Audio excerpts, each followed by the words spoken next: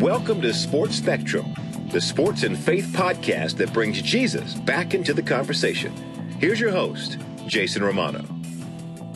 This episode of the Sports Spectrum podcast is brought to you by Compassion International, the most trusted child development ministry in the world. And for $38, you have your chance right here, right now, to release a child from poverty. They do such a great job allowing all of us to make that difference that we all want to make in a child's life. The website, compassion.com/sportspectrum, compassion.com/sportspectrum. For $38 a month, your money, your contribution provides food, education, medical care, and vocational training. And it's all done in Jesus' name. It's a great ministry. It's a great way to get involved and to help someone in need, releasing a child from poverty. Go to compassion.com/sportspectrum and sponsor a child today. Today's guest on the podcast is Chris Dowling. Now, he's the director and co-writer for the new movie Run the Race, which is in theaters today, February 22nd. In Run the Race, two desperate brothers sacrifice today for a better tomorrow. Reeling from his mother's death and his father's abandonment, Zach, an all-state athlete, finds glory on the football field working to earn a college scholarship and the brothers' ticket out of town. And when a devastating injury puts Zach and his dreams on the sideline, David laces up his track cleats to salvage their future and point Zach toward hope. It's in theaters today. Run the Race shows what's possible when you run to instead of running from the overwhelming love of God. And Chris Dowling is the director and co-writer of that movie. He's also a writer and producer. He's known for his work on such films as Where Hope Grows and the movie Priceless and the television series Repo Games. And Chris earned his radio, television, film debut from the University of Texas, moved to Los Angeles in 2009, where he wrote and directed his debut film, ROCK SLYDE, featuring actor Patrick Warburton. Chris here on the podcast talks a lot about the movie. That's what we get into first. And this movie, by the way, executive produced, I should say, by Tim Tebow and his brother Robby. That's right, Tim Tebow, in his first delving into the film world, is an executive producer on this movie, and Chris is the director. So fun stuff there. The movie also features former NFL running back Eddie George, the legendary Tennessee Titans running back, and is a great movie. I got a chance to screen it, get a little pre-screen a couple months ago. Really enjoyed it. I think you guys will too. So first of all, take a listen to this interview and then go out and see Run the Race in theaters today. So without further ado, let's get to our podcast interview here with Chris Dowling, the director and co-writer of Run the Race, here on the Sports Spectrum podcast. Take a listen.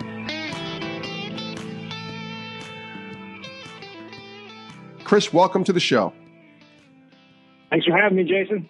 Absolutely. Great to talk to you, Chris. And the new movie, Run the Race, it's out today, Friday, February 22nd. Let's start there. Tell us about the movie and how you became a part of it and what it's about. The big thing about the movie that, everyone is kind of been really excited about is it's Tim Tebow's first movie he's executive producing or producing on. So it's kind of him dipping his toe and in fact, not really dipping his toe, but diving into the deep end and producing a movie. And the cool thing about it is it's not just like, this is just, some kind of throwaway movie for him. Like, this is something that we've all poured our time and energy and passion into it. We've made a good movie and the audiences are responding to it.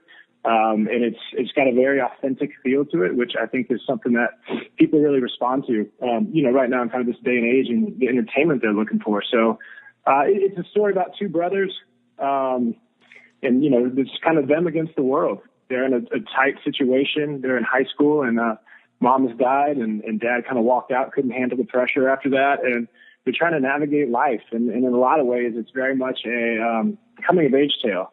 And it's just how these two brothers are going to lean on each other to try to get out of this small town and make life happen. And there's a lot of layers in there, that you would, with any coming of age tale. It deals with first love, family, disappointment, sports, faith. I mean, it's got a little bit of something for everybody, I would say. Well, knowing that Tebow is a part of this, Tim Tebow, and so, of course, the work that you've done in previous movies, and this being a faith and sports podcast, I know the movie intertwines both of those elements as well, as you just mentioned. Share a little more about the film and how faith and sports play a role in this movie. Yeah, I mean, look, at the end of the day, the movie really is, as I was saying, it's this great story of these two brothers against the world, but ultimately it's this backdrop of football. And one of the brothers is a stud football player, and basically it's he's playing it on a scholarship to get them out of this small town in Florida, and then he blows his knee out in a fight. And what had happened was their mom had passed, and a lot of times in life when something like that traumatic happens, we go one or two ways with our faith. And one of the brothers kind of really leaned in and dove into his faith, and the other brother, Zach, who's the football player, he's kind of run from it. And so they've got these two different worldviews that are running against each other the whole time, but yet they're still trying to make it work together. And it's two brothers that love each other more than anything. And so ultimately it's about this discovery of faith and strength through faith. And there's, and it's the strength in the football field too, and how that all ties together to make this kind of work. Like you said, it's got this kind of engine that's going on these two different beats, and it pushes the story. Chris Dowling's our guest here on the Sports Spectrum podcast, director and co-writer of the movie Run the Race, in theaters February 22nd. Chris, you're the director and co-writer of this film. For those that don't understand exactly what that means when they're watching the end product, explain exactly what it is you did on a daily basis as you're writing, shooting scenes, and then, of course, the post-production. What does that look like for you? Because it is, I know, a process in putting a film together. Yeah, absolutely. And this one was a particularly funny one in that sense, too. I mean, how I got involved, there was this guy, Jake McIntyre, and he had written the script, I think, 12 years ago as he was a college student. And it's for him, it's been a 12-year journey to get this thing made. And he's just poured everything into it. At one point, he literally, sold his house to pay for these legal fees as he was trying to navigate a deal that was getting worked out that fell apart. So for him, it's been a crazy journey. But once the Tebows had come on board, and another company called Working Title, and then they brought in a producer, Darren Mormon, who is an awesome producer and a really good friend of mine. And he called me up and was like, "Hey, we've got the script, it's got the story, but it needs this help." And so they brought me on to rewrite it. So basically what that happens at that point is they kind of gave me a green light to just go and do what I wanted to do with it as well. And so I tried to stay true to the story and then put my own spin on it and really try to layer it a lot more, get the characters, just a lot of subtext, I guess, is kind of my big thing. And to make it feel real and make it feel like real people having real conversations. And so then after that process, they started looking for directors, and so they talked to me, and then at the end of the day, they chose me. And which is actually pretty good, because when we're on set, we're rewriting scenes as we go. I mean, there was one day we shot something, and I just was like, man, this scene just doesn't work. So I just sent everybody home and we moved on to the next thing. And during the day, I was trying to rewrite the scenes. Then we put it at the end of the night, and we came back and shot it, and it was like, okay, that feels better. So, I mean, it's a living, breathing kind of process. You're never really done with it. It just kind of ends. If that makes sense. Oh, completely. And I know just from some of their social media posts, both Tim and his brother Robbie were on set. This wasn't just them putting their name to a film. They were actually there helping along the process of getting this movie made, right? Yeah, especially Robbie. Robbie was great. I mean, Robbie was there since day one. He was on this thing before I was, and in a lot of ways, he also was really the guy pushing it uphill too to just get it done. And Tim came in when he could, but he was also busy doing SEC Nation and his speaking engagements and his chairs. So he's a busy guy. So, and he's doing baseball. And so we got to see Tim when we could, which was great. But Tim has also very much leaned into the end products, and giving us his ideas and his thoughts. And so it has been a nice synergistic process. It's just been a long process. This one has, again, been particularly long in the post side of it. But again, at the end, we're all very happy with the end product, which, you'll get to see today. Faith is such an important part of your life, too. I got to imagine, even within having a faith, that you're tested a lot trying to make a film by other people, by the enemy, by whatever it is. You're tested in your faith quite a bit. Can you talk about that and kind of staying patient through this process? Yeah, you know what? It's such an interesting beast to be in in the faith world of this kind of film industry. In a lot of ways, there's a lot of people out here that just obviously have a very negative view of Christianity in of itself. Yeah. And there's a lot, and as you know, Jason, there's a lot of people out there that have probably done things that have, given it that bad name that, but they don't know that. They hear the media. And then, so a lot of that is like, to me, is being, one-on-one. And so a lot of times I've been on productions where I'm the only Christian, and it's like, okay, cool. Well, you'll get tested, but ultimately at the end of the day, that's the best kind of testing, because at the end, if you come out on top, and I don't mean on top like it's about it, but meaning like you didn't go, oh, cool, yeah, I want to go to this, strip joint. I want to do this. I want to do that. What the other guys are doing. They actually really respect that. And I've found that time and time again, where at the end of it, they're like, hey, man, I really respect that, and I really respect what you stand for. And so, like, to me, that's super cool. Like, that's the best way to do it, is to kind of show it instead of wearing it on your sleeve and, coming in and browbeating everybody and, da-da-da-da-da. But also on top of that, man, Christians, we eat each other up more than anybody. It's crazy. Like, I probably have caught as much flack on, like, a movie from a Christian telling me it's not Christian enough. I didn't say Jesus enough times. Like, I didn't do this. It wasn't a sinner's prayer. How could I say the word, whatever. But it's like, and I've seen that time and time again, my buddies that are in the industry that are, that are out there, and they've got a name that, like, they're promoting, whatever they're doing, they get questioned by Christians just as much as they get questioned by, a secular crowd. I think that's really sad that we're not really trying to lean in and help each other and say, hey, we agree with 99% of what we're doing, and we know we're all trying to work for the good, but yet there's this 1%, so let's tear each other up. And I see that a lot, and that's a bummer. That is a bummer. I wonder, how do you navigate through that? I mean, especially when you're trying to appeal to not just a Christian audience. You're trying to tell a story that has a Christian message in it, but you want everybody to see it, because that's what the Great Commission is about, for us to go and make disciples and tell others about the hope that's in us. So how do you navigate both worlds? That sounds like it'd be difficult. Yeah, and I think that's what I love. The challenge of making a movie like Run the Race is, it's a lot of these faith films are very exclusive, and if you're not already on the team, you're not going to want to watch the movie.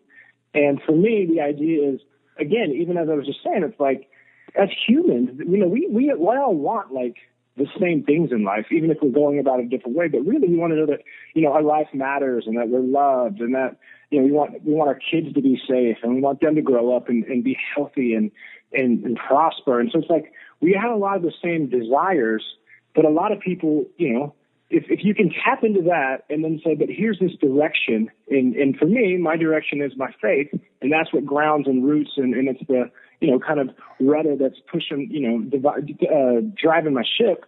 Like, I just want to show you that, but I got to get you in first, if that makes sense. So I have a buddy of mine, one of my best friends, and he's also a director, but he's agnostic. And he was telling me, he's like, hey, look, he's like, at the end of the day, he's like, these Christian films, he's like, almost every time it's one of these films, he's like, the guy at the beginning is a Christian who's lost his faith. He's like, the second act is a sermon, and the third act is, oh, it worked. He's like, but I've never been the guy that had faith and left the faith. He's like, so immediately that movie's never going to appeal to me, because I just don't relate to that character. So it's like, even leaving some, like, letting people fill in some of your own backstory. Like when I did Where Hope Grows, I specifically made it that you don't know if this guy has had faith and walked away from the faith, or if he's just getting introduced to faith for the first time. But it doesn't matter, because I let you fill in your backstory, and then you get to go on a journey with them. And it worked in that sense. I've got a ton of friends that saw it that weren't believers, that were like, man, that was so inspiring, and that made me ask questions, and I see his path he took. But I also had a lot of Christians that were like, oh, man, he'd walked away from the faith, and da-da-da-da. And it was awesome, because I was like, great, you created a backstory that made it personal for you, so you're going to be more invested in the character. And that's what we did. In a lot of ways, we tried to utilize that in, Run the Race, where we just give you these different elements and make it feel real, so that you're getting invested and you want to go on a journey with the characters. Yeah, I think especially if you've walked this faith long enough and you see some of the situations and some of the stories and testimonies that people have come to faith, especially those that did not grow up in a Christian household, I think you see the realness of that journey and the difficulty it has been for many people to walk that journey and to take that step I wonder, because you mentioned Where Hope Grows and the movie Priceless, which you were a part of, which was a great movie. I've seen both. They're excellent movies. I wonder, in doing those movies with faith elements and working with actors and actresses who maybe either didn't have a faith before or weren't really walking in a faith or agnostic, like you mentioned your friend there, have you seen some of these films and working on them kind of open up some of these people to a deeper a deeper ambition to kind of pursue God or wonder more about their faith and grow in their faith? Yes, as far as opening up and wondering, for sure. And I can almost say on every single film, including a comedy. My first film I did a comedy, which wasn't a faith film, but it was a pretty family friendly comedy for the most part. But I in fact had Andy Dick came to church with me after that. Is that right? Yeah, it was amazing. It was great. But it was just about showing the dude love. And he's such a great guy, but he's got demons like everybody. And then he's like, yeah, cool. I want to come check that out. And so it was like, it's stuff like that. I think, and that's in Where Hope Grows, one of the actresses, who had grown up in the faith and stuff, we were talking about it. And then she started attending my church, and then her and her husband got baptized, and again, they had been a long time ago, and I got to be there and watch that. And I was thinking, awesome. Like, how cool is that? So I think each time, but again, I think it has to feel authentic on set. So if like you're pitching this, you're shooting this great movie, and I've heard time and time again from numerous friends in certain faith films and sets they've been on, they go on this and the movie's telling them, oh, this one thing, but then the way that maybe the producer or director or lead actor is treating, people on set, it makes them go, wait, you're just doing this like just for faith, for show value. Like you're not even walking what you're walking. So I think that's the biggest key element is you got to walk what you say you're doing, man. You can't just talk it. And so I think when those two kind of line up, I do think there's a good opportunity for that. Yeah, it's often said too, Chris, and you kind of alluded to it earlier, that Hollywood can be a very difficult place to intersect faith into. Tell me about your faith, your walk with the Lord, where that began, and then trying to live out that faith in a place like Hollywood, which can be difficult to do. Yeah. So, we grew up in, I guess I grew up in Dallas. So I probably would have always said I was a Christian, maybe just like everybody else did, except maybe in college. I think I remember debating people like against the Bible in college. I don't even know why. I think I just did it just to do it. But, right. But anyways, when I was out here and I think I was 23, and a buddy of mine was like, man, you just seem like you're kind of down. He was like, why don't you come to church and just right down the street. He's like, cool, check it out. And then, just see if you like it. So I said, all right. So I said, all right, Lord, you're up there, man. I'll give you 4 Sundays in a row where I don't go out on Saturday night so I can make it to early church. And we'll see what you got. And so, dude, I went the first Sunday, dug it. By the third Sunday, I got into the men's Bible study on that Monday night, and I met the smartest dude. I was just listening to him talk, and he had such a logical way, which I needed to hear. And it was his first day. His name was Reggie, and it was his first day also in this men's group. And so, dude, I just said, hey, man, can I get coffee with you? And I was like, I just want to hear you talk. Like, I'll ask questions, but I'm just going to back off and talk. And I went and I had coffee with him at Aroma Cafe, and we talked for 3 hours, and I literally walked out of there believing. I walked in not believing or not sure, and I walked out, tears in my eyes, like not like some big moment. I literally was walking away after our coffee. I remember I was walking down the street, and I started kind of like little tears just started falling, and I just kept walking, and it was like, I believe. And wow. And so since then, it's been quite a journey, man. And obviously, just like any faith, it grows and it ebbs and it flows. I mean, I always feel like it's very much like tetherball, where it's like I know I'm always connected, but sometimes, man, it feels far away. I mean, I know I've still got that line going there, but then sometimes it feels like, man, I'm right there. But as long as I always have that tether and I'm tethered, it just keeps me kind of grounded. But yeah, there's times, obviously, especially out here, man, we doubt what I'm doing work-wise, doubt if anything makes a difference, doubt if I should just wrap it up and go do something else, trying to raise my daughters right. I've got a marriage, and I'm traveling a lot. Like there's a lot of things that come in play, and ultimately, I got to stay connected. And so that's been awesome. I mean, that's just been, again, I keep saying grounded, but it really is what keeps me to have a joy in life. I also saw that you're growing up in Dallas, a Cowboys fan, as I am, and it was a fun season, but you're in LA. Did you get to go to that game and unfortunately watch the Rams beat Dallas? I did. You know what? I did not get to go to that game because I was out of town. Okay. I had some buddies that went, and I really wanted to. Unfortunately, man, they just didn't show up that game. Yeah. And I mean, they just didn't like that. The way the Rams ran on them was, I don't know. It was not a fun game for sure. But we hung in there even towards playing a subpar game. You know what? It's great hope for next year. How's that? Absolutely. And it was more frustrating, I think, watching the Super Bowl and seeing how the Patriots stopped the Rams and basically blew up their O-line. That was even more frustrating to watch as a Cowboys fan. Yeah, we said that last night. Yeah, we were like, I mean, of course, I had some friends, a friend that works for the Salvation Army Entertainment Committee, and he brought us Rams jerseys. So yesterday, my daughter and I, she's a huge Cowboys fan, for 24 hours, we were Rams fans with our Rams jerseys on, and then we took them off, and we're back to Cowboys now. So, real cool side note is my daughter, when the Cowboys lost to Green Bay in the NFC Championship, it was 3 years ago, maybe 3 years ago, on that kick. My daughter, who was a huge Cowboys fan, was wearing her little Dak Prescott jersey, and I was filming it. It was really cool. And when it kicked, she's still trying to understand the game completely, but she was starting to realize that the game was over. We lost, and when I say she started sobbing, she started sobbing, and she came and she wrapped herself on me, and she just wept, like wept. And so my buddy who works at NFL Network showed that video to Michael Irvin, and it was so cool. And Michael Irvin sent a video back from the set where he was just like talking to my daughter and giving her pep rally and all that stuff. And it was so awesome. So it was obviously, and we got to go. We went down there and met Irvin on set and stuff, and he took pictures and hugged my girls and talked to them for a while. But it was so cool, man. So I was just want to say that, Cowboys. I love the Cowboys, man, and that Michael Irvin was a class act to do that. But it was pretty awesome, man. She was devastated. And he gave her the old win-win for the Gipper, you're a great fan speech. But as a dad, you must have kind of been a little proud because she cares that much about football, and to see Dallas lose had her sobbing. You kind of had to be a little proud there too, right? Oh, it was the only thing that saved me from sobbing. Are you kidding me?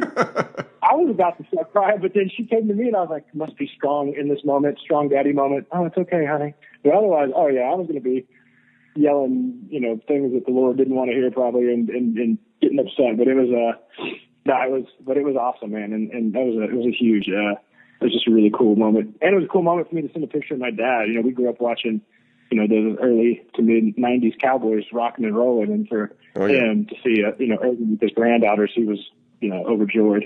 Oh, yeah. A couple more questions here with Chris Dowling on the podcast. Chris, the movie is called Run the Race. It's in theaters Friday, February 22nd. And obviously we've been talking so much about the movie, but what's next? So as a director, co-writer, are you moving right on to the next project, or is most of your time still spent kind of promoting this and getting the message out, or can you do both? You do both. It's a balancing act. And, I actually got a bunch of stuff that's kind of in the mix. One thing I'm working on that I'm very excited about is, with one of the producers, Darren Mormon, on this project is, there's this great story called Casa Hogar, and it's about, this orphanage in Cabo San Lucas when this hurricane came through in 2014, Hurricane Odile, and it just destroyed all the Baja Peninsula. And basically there's this a fishing tournament called the Bisbee Black and Blue. It's like the Super Bowl of fishing. It's $75,000 to enter. So all the super wealthy rich fishermen get on their yachts, and they all meet down in October for this weekend to fish this tournament. And because of the situation and the hurricane and everything, they did a program where they allowed certain groups to come in and get in for free if somebody could pay for them to hire a local captain and his crew. And so someone paid for this orphanage to go, and they won the whole tournament. They've never fished before. It was a pastor in 3 of his kids out there, and they beat 900 of the top fishermen in the world. It's like the ultimate Bad News Bears in the water story, and it's amazing. And on top of that, the pastor actually called out the exact time, this is true, that they were going to pull the fish out of the water. And when they pulled the fish out, the hook was actually stuck in the soft tissue. It didn't go down the gullet. Oh, it was wow. something that the captain had never seen before. And with the money they won, they built a sister orphanage on their property for girls because they only had a boys' orphanage. It's all true stories. It's crazy. That's awesome. So I wrote that script, and so they're going to start. I'm not directing that one, but I wrote it with Darren Mormon. They're going to start shooting that, I think, in April.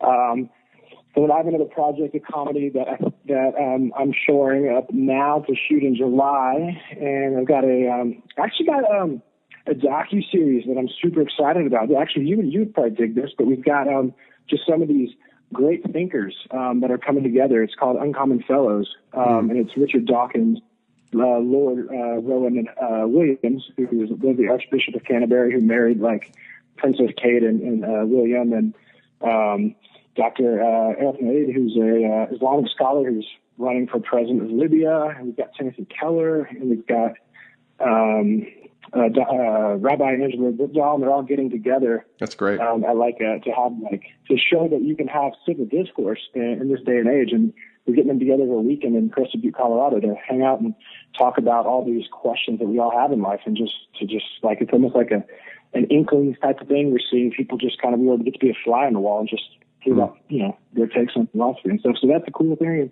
another handful of little projects like that. But I mean, trying to keep busy. Love that. Chris, last question here, and it's been great talking to you on the podcast. What are you learning from God right now? We ask that to all of our guests here on the podcast, and just wondering, in your season of life where he has you, what are you learning from the Lord right now? I think the biggest thing I'm learning, and I feel like it's a constant thing, is again relying on faith. Just with the job I have, I can't tell you how many times we've gotten down to the nitty gritty. I mean, even dollar value. And 2018, to be honest with you, was probably the low point. Strangely, even though work was like starting to financially that I've had that I can remember. And the stress can get overwhelming in this job because it's paycheck to paycheck, and you've got a mortgage and kids, and you're trying to be the provider. And I'll tell you, man, it has always worked out from the craziest situations my wife and I have talked about, where literally money comes through and from the most unexpected place. A job I forgot about a while ago, or literally like a friend who just calls up and says, "Hey, I got them a job somewhere," and said, "Hey, let me just shoot you over a couple bucks or something because you hooked me up with this job," and or whatever the case is.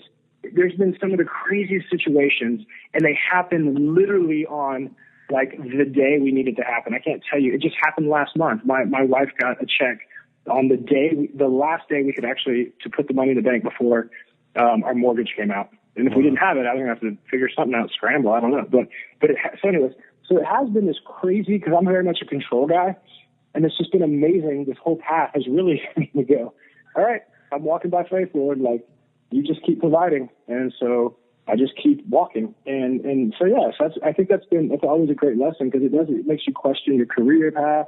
Do you trade it all and go sell insurance, or do something where it's a 9 to 5 and a steady paycheck, or, but I don't think that's where I'm supposed to be. So I keep pushing, and then I feel like, it's more than dangling carrot. I feel like it's being provided for. And so that, I think is the biggest lesson that I'm learning now. And I just continue to learn.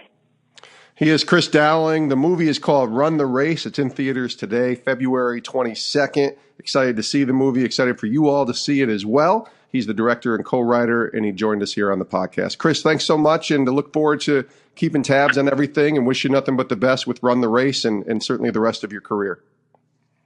Well, I appreciate you, Jason. Thank you for having me on, buddy. And many thanks to Chris Dowling, the director and co-writer of Run the Race, the new movie that is in theaters right now, today, February 22nd.